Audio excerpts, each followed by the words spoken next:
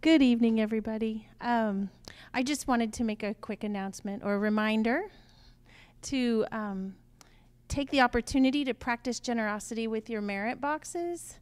It's something that's easy to do, and you can put in something as small as a penny and imagine that it's much more than that, and then you have created great merit, and it's going to a great cause, so it I don't think that's the right word. Expands your merit just where you can't even count it. So, thank you. If you don't know what that is or have any questions, you can talk to Lori about getting a merit box. Oh, I started working. This thing is a delay on it. So. All right, everyone, my name is Stephanie, or Steep is my nickname you'll hear people using here, which either one is, I answer to either one. This is the third class in the module on transforming problems into happiness, or suffering into happiness, or problems into happiness. And I know there's a couple of people here for the first time, so welcome. This is a course that goes on throughout like a 1.5 to 2 year cycle, and you can kind of come in anywhere.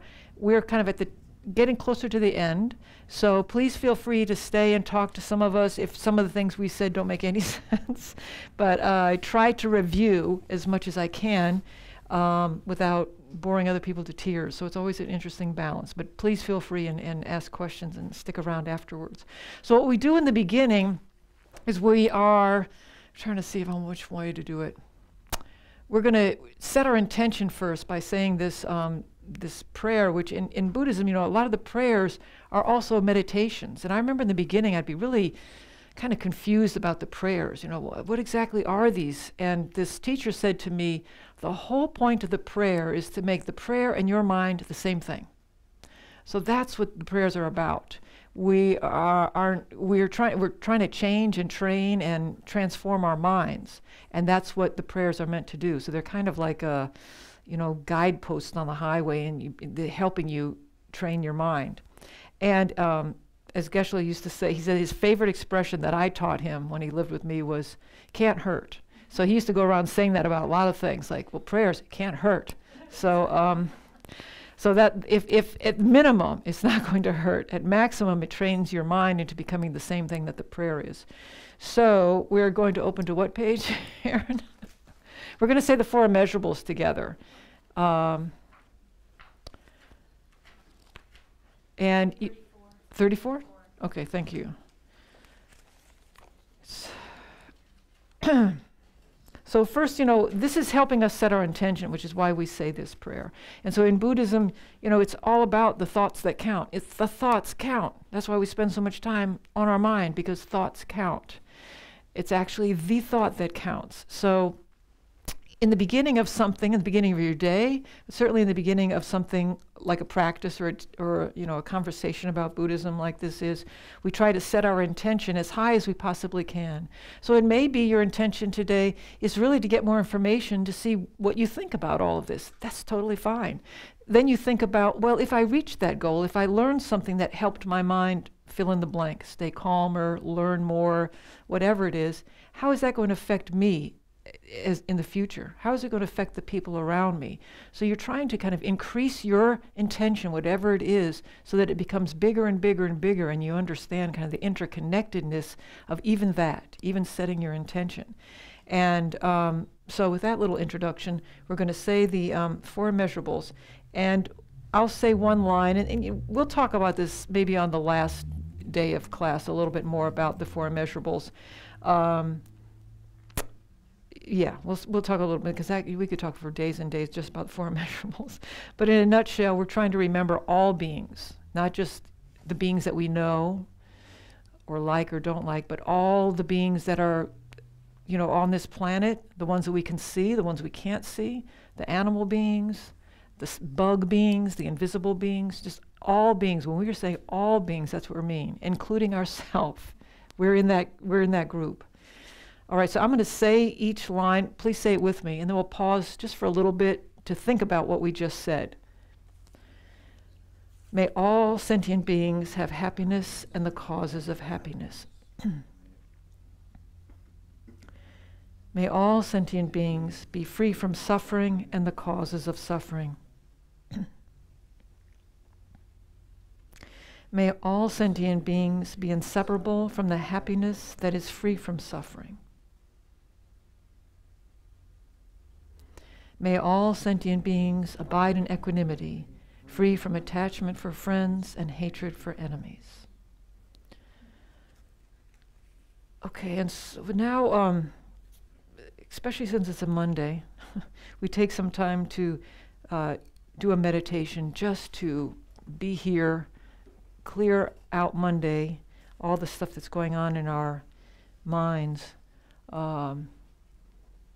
are a never-ending sequence of thoughts, lives, and when we can we're riding that crest of the wave, and sometimes it's a little choppy, but we can always go back to some of the mind training techniques to help us settle that down so that it can become as positive as possible. So take a moment to take some deep breaths and try to locate what's the thing that you're trying to get rid of. Is it just the tension of the day? Is it some thoughts that are nagging you?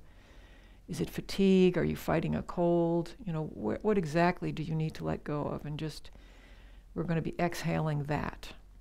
So you want to get into a position where your back is as straight as possible. So if you're sitting in a chair, your feet flat on the floor. And if you do this at home, you might want to even put a cushion under your hips so that your hips are a little higher than your knees, which will help elongate your back. When you tuck your chin, then your head, which is the top of your spine, will become more straight. There's a free flow of energy up and down your spine. You can have your hands, on your knees if you'd like, or the mudra for meditation is, one hand right below your navel, the right hand on top, your thumbs gently touching, so you've shaped this kind of oval in your hands. Put your tongue at the back of your teeth, and your eyes just a little bit open to bring in some light to keep you alert. Then you're going to put all your awareness on your breath. And it often helps people to get their mind focused on this, to count. So you can count each inhale, exhale as 1, going up to 5 or 10, whatever helps. When you lose your count, then you just come back to 1. And the point is to notice when your mind starts to drift away so that you can bring it back, so you can guide it back gently, gently. And if you can notice when the thoughts are arising and put all of your focus on that, they'll usually subside. And then there's a period of rest in between thoughts rising. Just like at the end of an exhalation, there's a little pause before you inhale. So that's the pause between thoughts that we're actually trying to expand and rest in, giving our very busy mind a moment to rest and to focus on just the breath. So I will chime a little bell when we'll go for about 7 minutes. And if you hear noises around you, then that's all the more to practice with.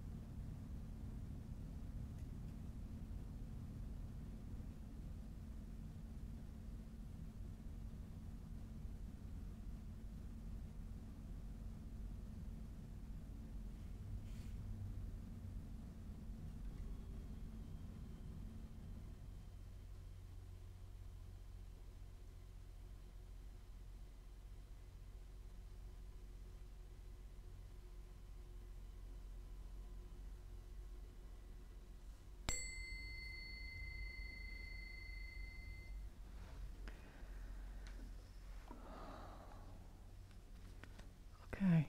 Yes. How are people feeling? Is it too hot in here, or is? I don't know. Is anybody sweating a lot? Might just be you. You're hot? Is that what you're saying? No. So some people are cool. They say it's a good sign when you pray and you sweat. I read that. Okay. Well, turn the heat up. All right, so last week we started on this kind of tricky conversation about the 8 worldly dharmas, and what we're talking about is this system of looking at things that create problems for us, so that we end up staying in this cycle of troubles over and over and over again. And we were looking at different definitions that also trip us up a little bit, like renunciation is a definition that is kind of loaded for us here in the West. And even when we look at the root of our word renunciation, it means to protest. And so what I say is, well, it means a protest against our problems. It's not a protest against what we typically think of as renunciation. It means, okay, I can't enjoy anything. It means that I'm going to be like in this very sterile mindset. I can't enjoy anything. And I was talking to Geshe-la about our conversation, and apparently he talked about it on Wednesday night, so that's a good thing. I'm so happy to have extra words on this. So I was telling him, people are concerned, that they can't enjoy things. He was like, well, what do you mean? So I think he talked a little bit more about enjoying things without being like a junkie. So there's a difference between enjoying things and being totally hooked on it. So just like his analogy of using a hotel room. So we enjoy the hotel room for the night. We're actually fine. Well, we're fine leaving in the morning too. We're not so attached to it that it's going to cause us a lot of problems.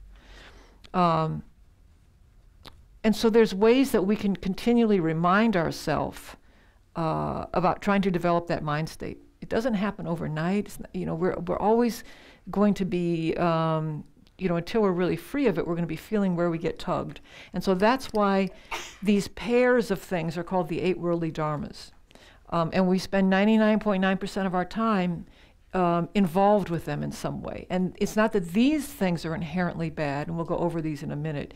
It's our reactions to them is what causes the problems. So it's not that these things we're going to be, these things are part of our daily existence, but it's our reaction to them.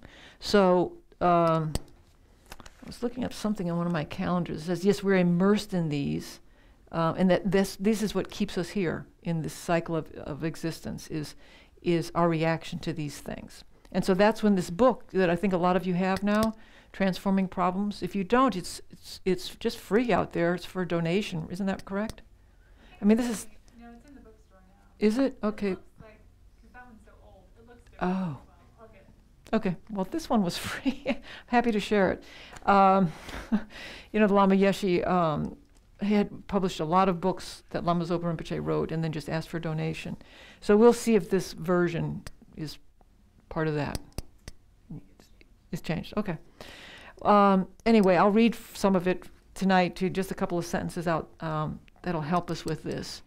So, where was I? So these 4 things are called the 8 worldly dharmas, which is kind of tongue-in-cheek, because dharma is a word that is something that frees us. And so these are things that don't free us. These are the 8 worldly concerns, the 8 worldly dharmas.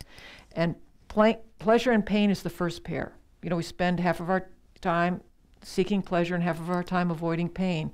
Again, nothing wrong with this. Nobody's saying, hey, now you should go out and get hit by a car. No, that's not the point. The point is that our reactions to these things are what cause some of our problems.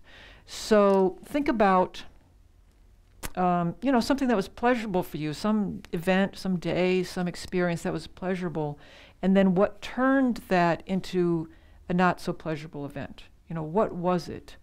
It's usually something that we can definitely associate with our problems here on Earth.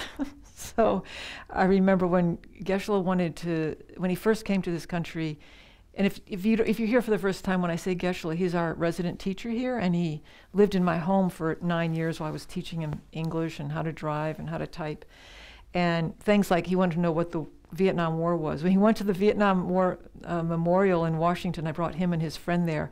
They thought the war happened right there on that spot. I was like, okay, no, this is not Vietnam right here.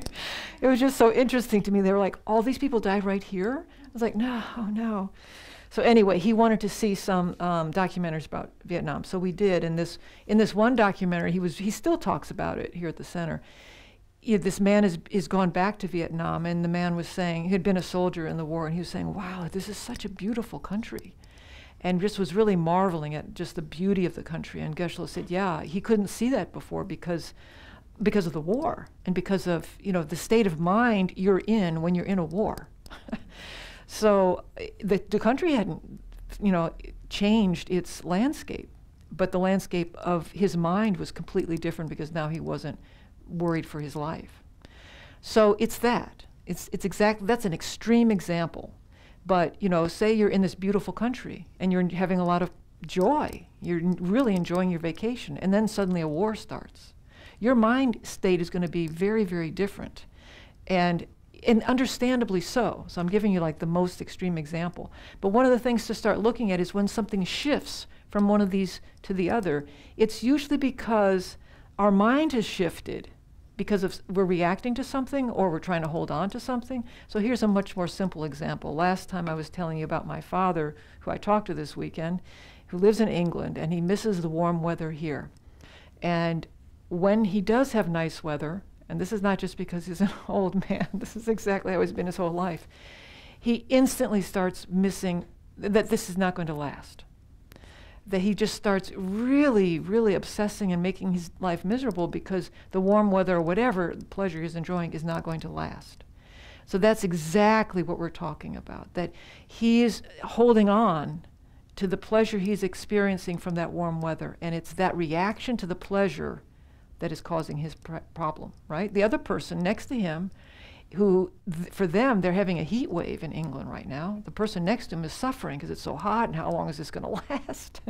So the difference is in their minds. The difference is their mind state, their experience, their history, their habits that they've built up lifetime over lifetime. And so if you can start making a dent in that holding on to this beautiful day that's going to be soon gone, that's what's going to shift the reaction that we're having in those moments and the negative seeds that we're planting in relationship to that. Does that make sense? So, our reaction to the pleasure, our reaction to the pain. Yes, we're going to have pain. Yeah. What are some things that we can start doing to shift that?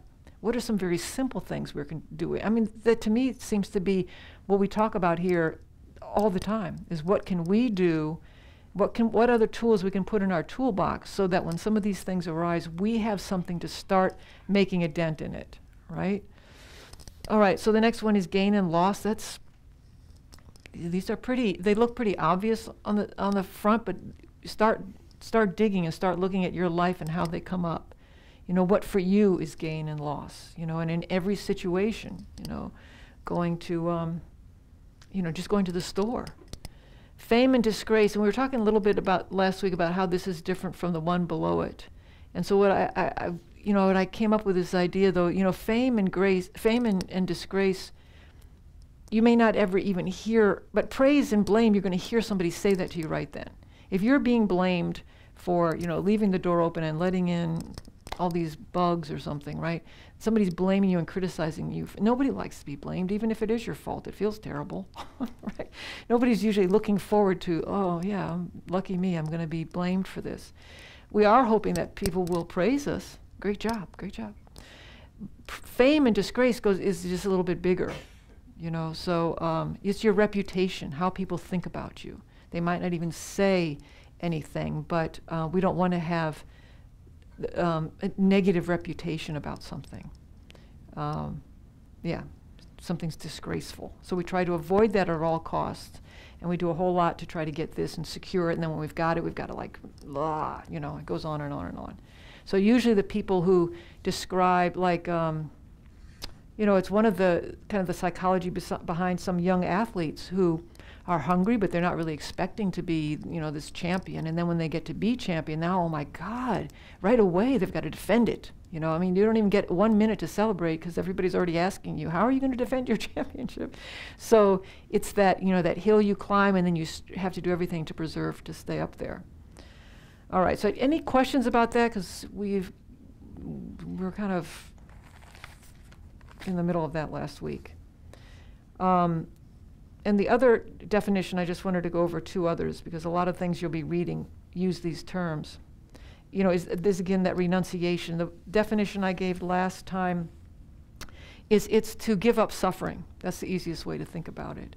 And I always like this one definition, this Zen, I don't know what her name, she's an abbot or something, wrote that renunciation does not mean going away from the world. That's what we think it means. We think we have to hide ourselves away. It does not mean going away from the world. It means knowing that the world goes away. So when you know that everything's constantly moving, then you relate to it in a different way, with less certainty that you're going to be able to hold on to it. And what would that be like if you knew, you know, again, last week we talked about going on a vacation and enjoying that vacation, knowing that it's not going to be permanent, unless you're like my dad, who might be unhappy from the very minute the vacation starts. So knowing that things go away, then you hopefully start to relate to it in a little bit different way, a little bit lighter, with different expectation. You have the bigger picture in mind. And I think that's one of the hardest things, is to have that bigger picture in mind. A couple of years ago, I was trying to help my uncle who was in his 90s, and when I'd go visit him, this house that I used to go to, you know, was just all falling apart. My aunt had died years before, and everything just felt so, you know, felt so difficult.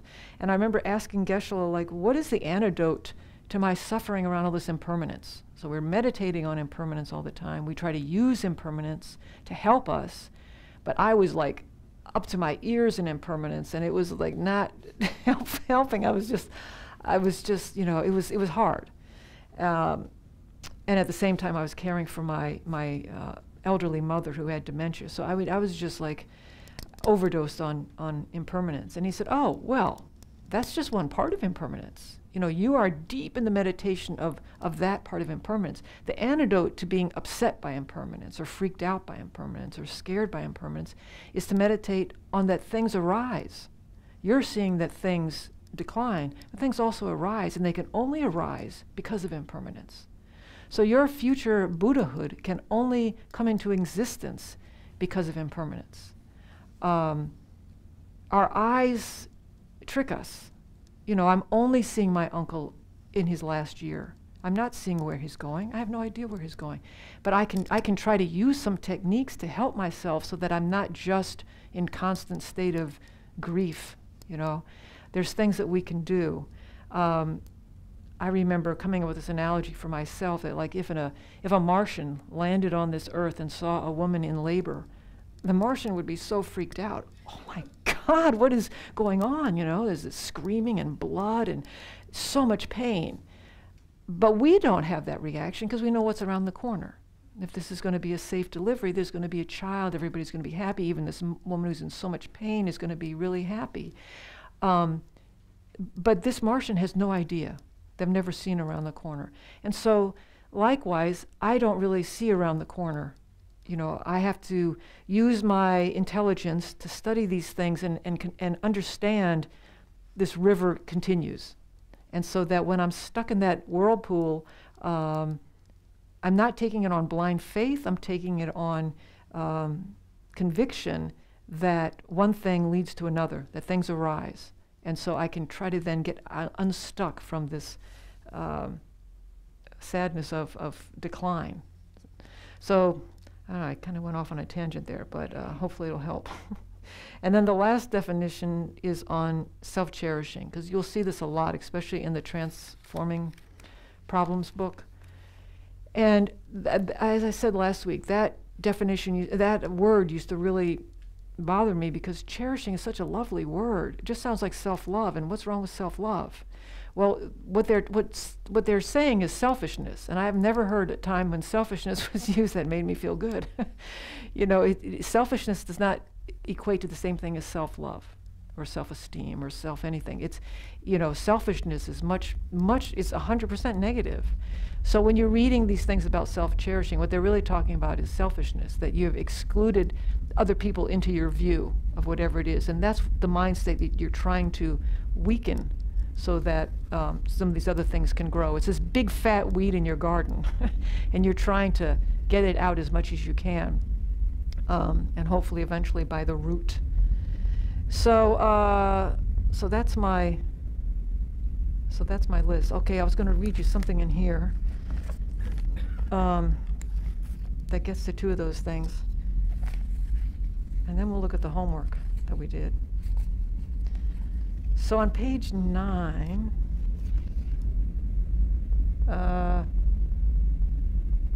seeing the benefits of problems. When you perceive a problem, if you remember the benefits of having problems and approach it with the practice of thought transformation, your problems become desirable.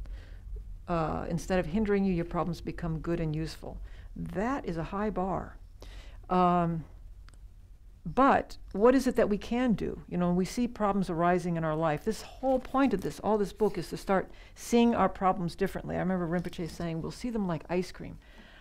That's a tall order, to see them like ice cream. You can start to see the tiny ones maybe like ice cream. It's going to be really, wow, if you saw them all like ice cream. But we can at least start shifting our view from seeing them so negatively to seeing them in a different way, right? Any ideas about that? I mean, if we all really were convinced that everything that's arising in our life is for the purpose, or can be used for the purpose of freeing us, for completely liberating us from the prison that we're in, then we would totally approach our problems differently. If everything that came in our path was absolutely something that could be used to liberate us. But first we'd have to be convinced we're in prison. So that always goes back to that truth of suffering. We'd have to be convinced that what we are in here is a beautiful, gorgeous, amazing prison. That the problems are never ending until we can escape that. Then we would see everything that came our way, good or bad, as a tool that could be used to liberate us. And that's the beginning of shifting that mind of avoiding problems. We would feel confident that everything that came our way we could use. And sometimes it's a really, really, really tall order. So take something easy first. That's your homework for next week. Look at what you can take easily.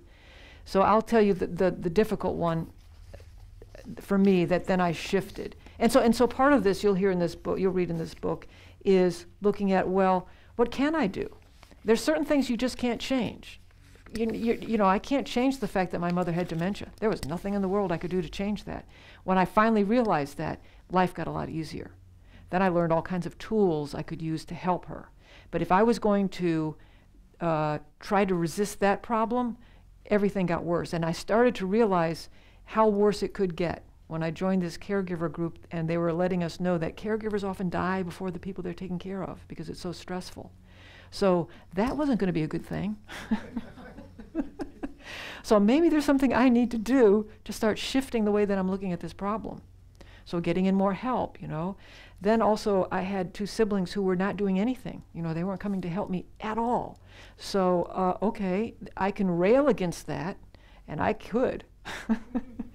But actually, they're not going to change. So I need to figure out something else I can do so that I don't die before my mom dies, and that somehow I can learn something from this, because there was no getting away from it. Nothing was changing. So when I started to break it down into really, really small bits and bites, then I could kind of, at moments, use some of it to help me. And here's a good example. Wow, it's like I've drunk caffeine or something. I never talk this much. Usually I'm like, okay, get in small groups and talk, because I'm tired of talking. All right. So for example, one of the most amazing things I heard happened during that time. I had my mother with me for like 5 years. It was after Katrina. It was just awful. It was just awful. And I finally put her in assisted living. And this one nurse there, it was like I was meeting all these little bodhisattvas in these places. So these other women were taking such good care of my mom there at her table. They were helping her eat, because she was having a harder time than most other people there. And I told the nurse, I said, I just can't believe how nice these women are to my mom. And she said this thing that I was like, this is pure little Dharma message. She said, well, you know, those people here who know they're here for a reason, they turn around and they're kinder to the other people. So like my mom didn't think she needed to be there. She didn't understand why she was there, but other people got why they were there. And she said, those people who understand why they're there, she goes, everybody is here for a reason. Everybody in the assisted living is there for a reason. And those of them who know it turn around and are helping the other people. And I was just like reeling, because I thought, that's the same for everybody else on this planet. We're all unenlightened for a reason. And those of us who realize it try to turn around and help everybody else, because we're all in the same freaking boat. So that's what I'm trying to say, is like, once I stopped fighting against this problem and just kind of surfed it, things like that started to happen a little bit more. I didn't die, and I recovered my health, and these little messages and things kept on happening around me.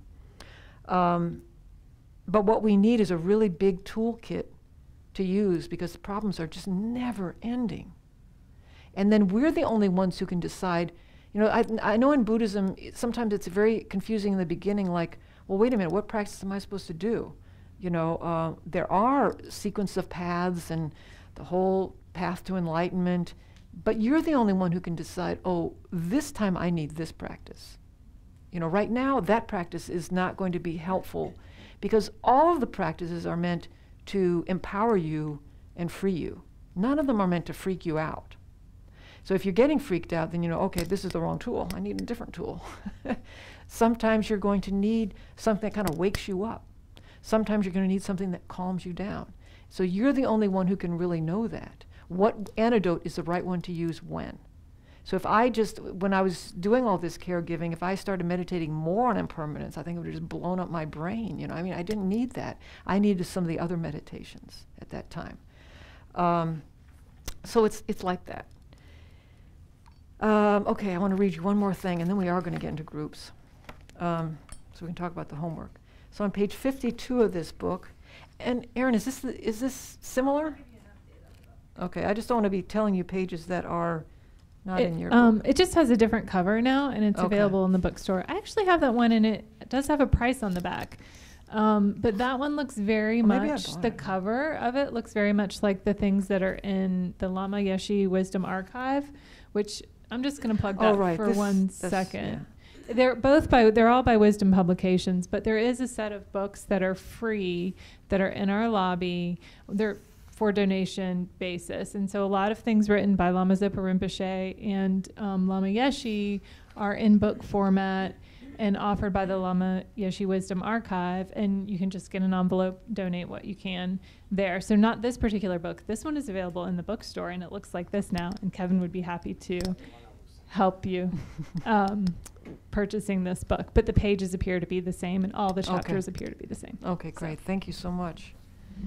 All right, so on page 52, which I had dog-eared a long time ago, apparently, every time a problem arises, the essential thing is to immediately become aware that the problem comes from your own selfish mind that is created by self-cherishing or selfish thoughts. Every time you have a problem, you should immediately try to see this process of evolution. As long as you put all the blame outside of yourself, there can be no happiness.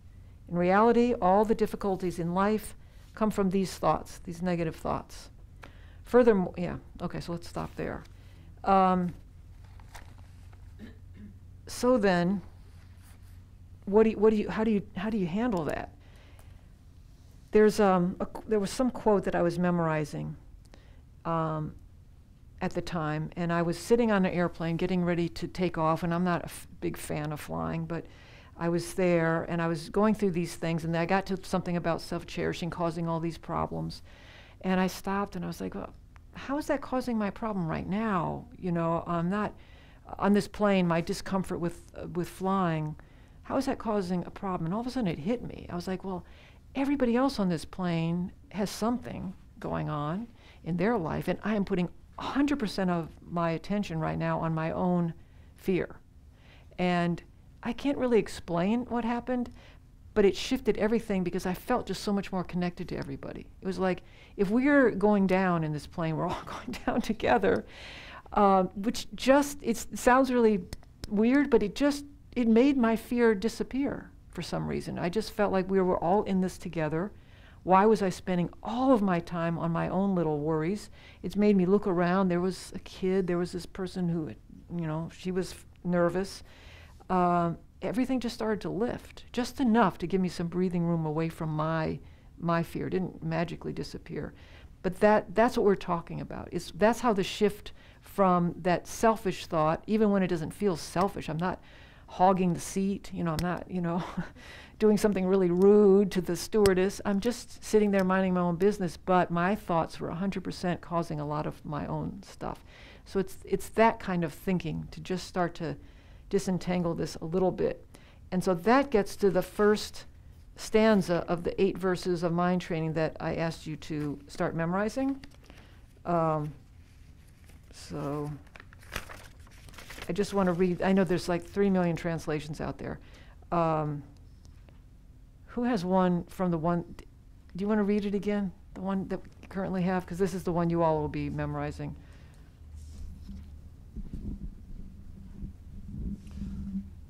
Number 1 is, determined to accomplish all success, I shall always practice holding dear all sentient beings who are more precious than wish-fulfilling gems.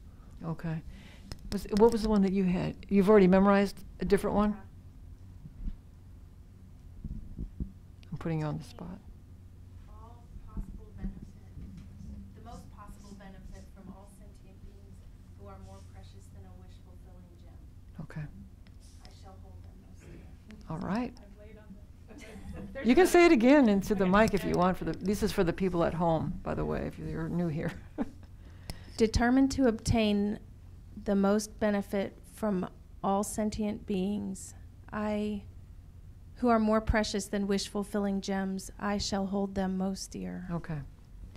So what I want to do is have us get into small groups and talk about that one, because the 8 verses of mind training, it's like, as I said before, it's like graduate school.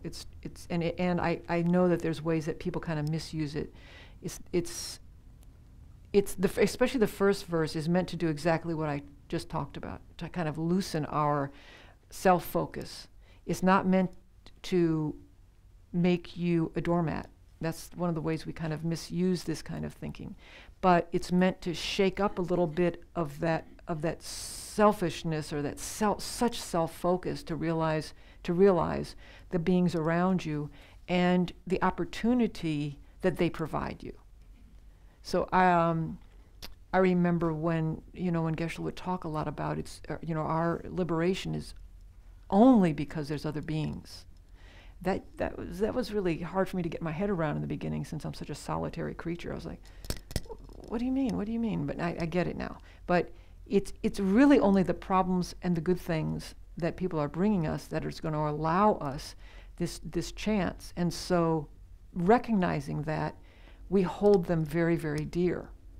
And that idea, that thought can start to disrupt this selfish thought that gets our own mind into trouble, gets us agitated, and gives us something else to shift to. The problem sometimes for some of us is then sometimes we don't include our own self in the equation. We are then becoming a caregiver and not taking care of ourselves and end up dying before the person we're caring for. The point is to include yourself. May all beings, you are one of the beings that you're including in that prayer. And also knowing when are you so self-focused that it's actually detrimental. So both sides of that. All right, so let's get into small group. What was the homework last week? And then Jack has a question. I know one was to memorize the first verse. Higher connected people. Okay. How does being in pain keep us in samsara? Okay, I give a lot of homework. How does being in pain keep us here? And yeah, all the different ways that we are interconnected? Okay. All right, so let's get into like groups of 4 or 5. I want you to introduce yourselves, and then, using this first this first stanza and this idea of interrupting our selfishness, and all the things I've been talking about. Yeah, just talk about that a little bit. Like, what do you think about that first verse? What are some ways to interrupt this selfishness? And then some real practical things to do this week. So that's the main point. Talk a little bit about that first verse and about self-cherishing. But the whole point of that conversation is then to look at what are some things you can do this week, some real practical things you can do this week. Think of your work week, your home life, whatever it is, that will start shifting that. When does that become a problem? At minimum, we can all talk about traffic. At minimum, we can all talk about the news. So when would this kind of thinking help you disrupt that flare-up that you might be experiencing? Make sense? So I'll give you, about 10, 15 minutes. Get into groups of like 4 or 5. Everybody stand up and move. That's the hardest part. Is getting up, because some people, thank you. Some people are kind of shy. Make sure everybody's in groups. If you've been here for a longer time, try to make sure that newer people have someone. Give your group a name.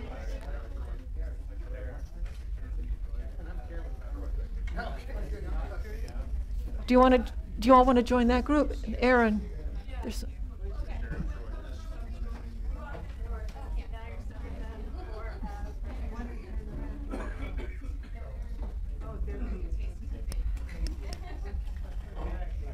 Give your group a name. Come up with a team name.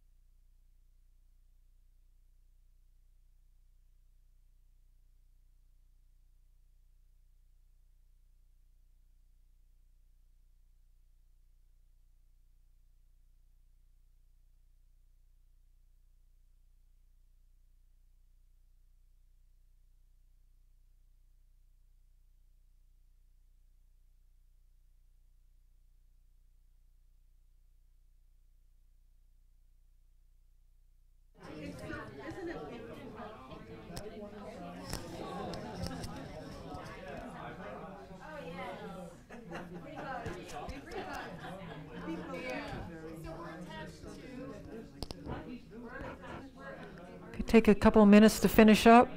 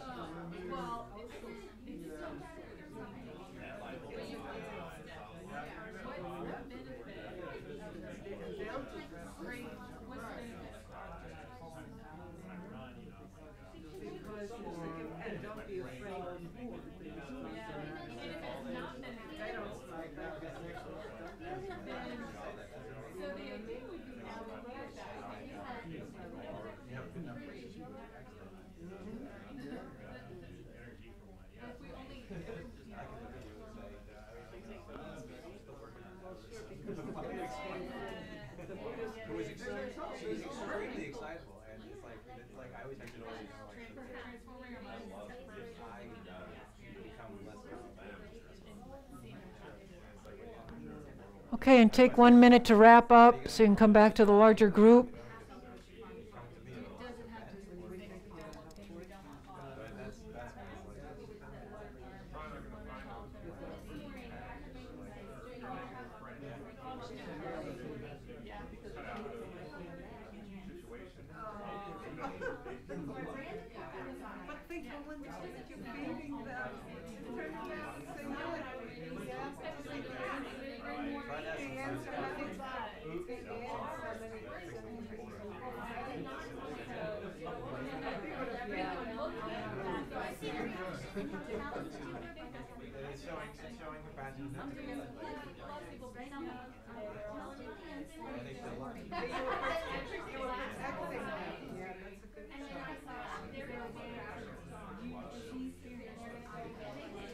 Okay.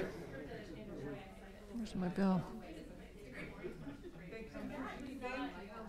Ding, ding, ding, ding, ding.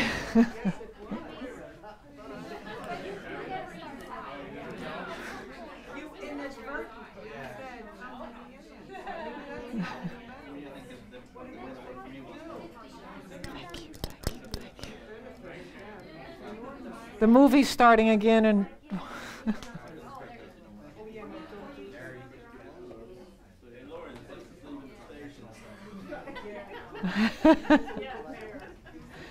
well, I'm glad to see some very active conversations going on there. I know, I started, I'm stopping it. So anything you all would like to share with the larger group? Any either questions or ideas that you had how to work this week that you'd like to share? Great, thank you.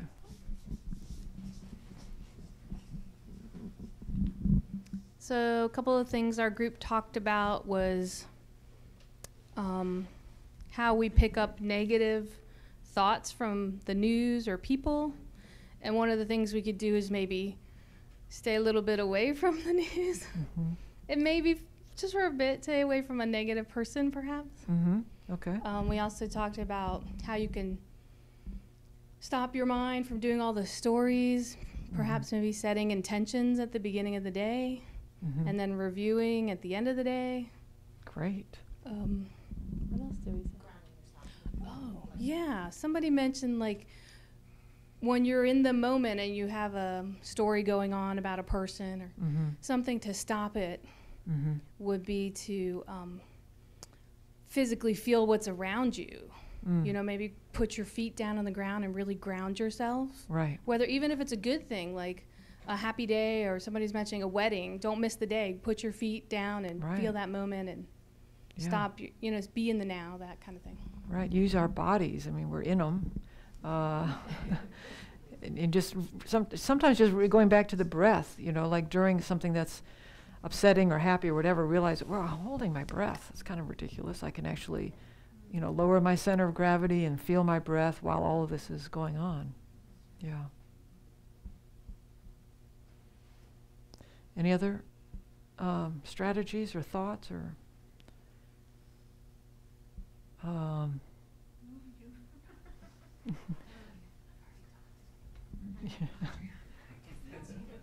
Would you volunteer somebody else? We talked about like the first stanza and how that applies to difficult situations. Yeah. How can you use that in difficult situations? So and we talk about trivial things, but you know, life is filled with trivial things that pile up, and then you explode. And so one of the strategy was to see that our happiness does depend on other sentient beings, like because of our clothing, just food that we have, that we go to the grocery store. And if you take that to the extreme, right now we're living in a place where there's not a war. I mean, there's not much hostility from others. Right. But if you move, the best example, if you move yourself to, you know, a place where, you know, there's war, then it's very obvious how your happiness, your, you know, safetiness, you know, basic survival depends on others. Right. So, you know, putting that perspective when you have, you know, you're having a difficult time with somebody, or a lot of problems, then it helps. So, well, I'm here. There's not a war. I have food. You know, if I get hot, I'll just do this, and if I get cold, then I do that, and I do like this with my car, and I just, that helps. And what was the other one? We talked about a bunch of. Oh yeah. So think about how when you have like difficult situations with other people, how experiencing that suffering purifies your negative karma. So that's one negative karma that you're done. It's not coming back ever again. Right. If you engage in negative actions, then you will create more. But if you are able to refrain by thinking in this way, not harming others or yourself, then, you know, you're square. Right. So exactly. Yeah, that was a bunch. Yeah. So yeah, that's really great, because again, you know, we went from all kinds of tools like avoidance. I mean, avoiding something is a real important tool to use. A lot of times, avoid it. Avoid the object that's causing too much attachment or too much stress. But also, you know, knowing to know when to use something, like, you know, you're having difficulties, looking at it from a karmic perspective. Hugely helpful, right? Hugely helpful. Getting the bigger picture view. This is what I know from being around Geshe-la a lot. So when I would get, I think this is a good view because it's very compassionate. But sometimes that would cause me some problems. And he would say to me, oh, you try to fix everything. You take too much responsibility. You worry so much. And I was like, isn't that kind of a good thing? No, it's not. Look how much it's hurting you. And he goes, you're trying to fix everything. And I would watch. He wasn't doing that. And he would tell me later that what helps him is knowing really this, I mean, he knows so much more than I do about anything like karma. So really understanding different people's karmic paths. So, you know, one time he told me something, it's a long story, but the nut of it was, your mind is going to follow your thoughts. And your consciousness is going to follow your mind and the trail that your mind has built. And theirs is going to follow theirs. So I remember I'd been doing some work in this women's prison, and I was telling about this one woman I'd been doing some work with, and she had murdered somebody, and that's why she was there. And I said, you know, but I try to see her in this light. And he said, I told him, but other people are seeing her like this. And he said, and I said, what's the right way? And he said, well, her mind is definitely going to have to follow her consciousness is going to follow her mind and what she's done, and yours will follow your own. So you use wisdom. You don't, you know, I don't think of her ridiculously, but I also choose the best way to think about this, because I have to follow what seeds I'm planting. So with wisdom, I try to find the best way to think about a situation. I hope that makes some kind of sense.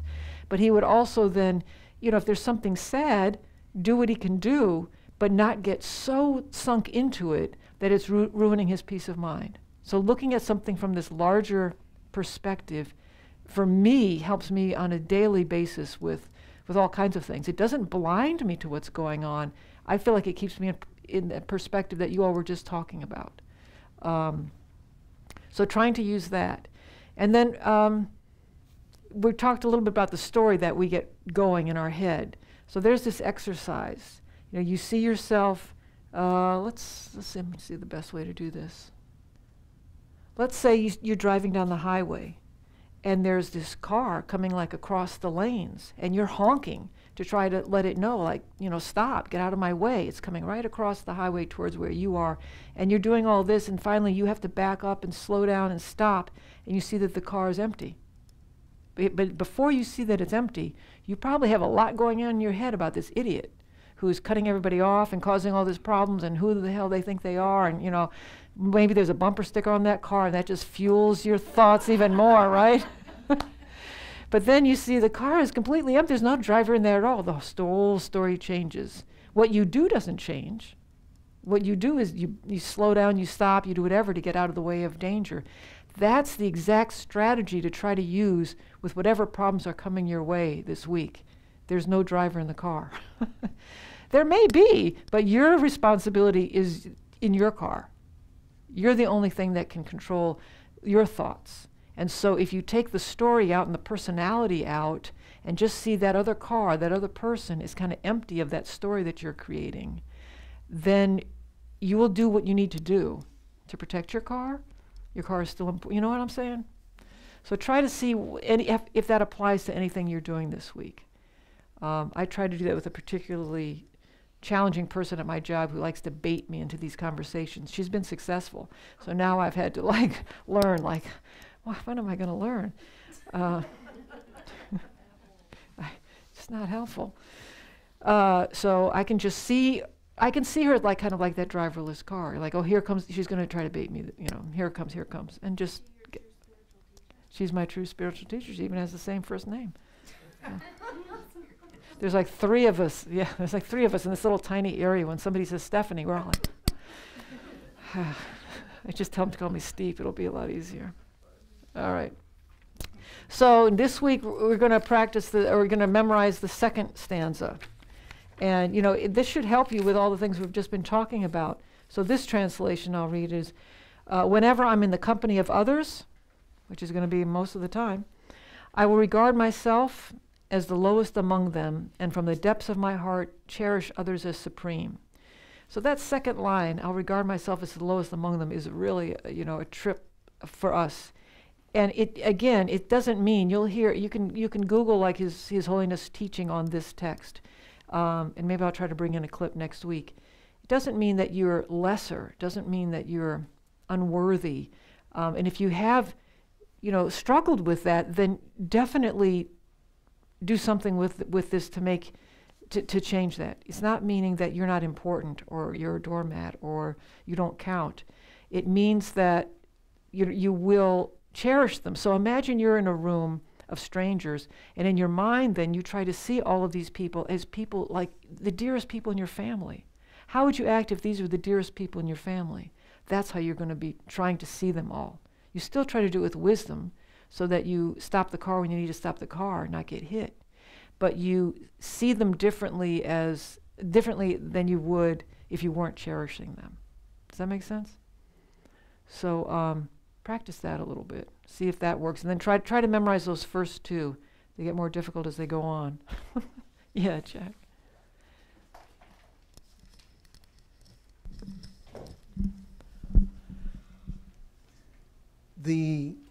See yourself as lower than the other.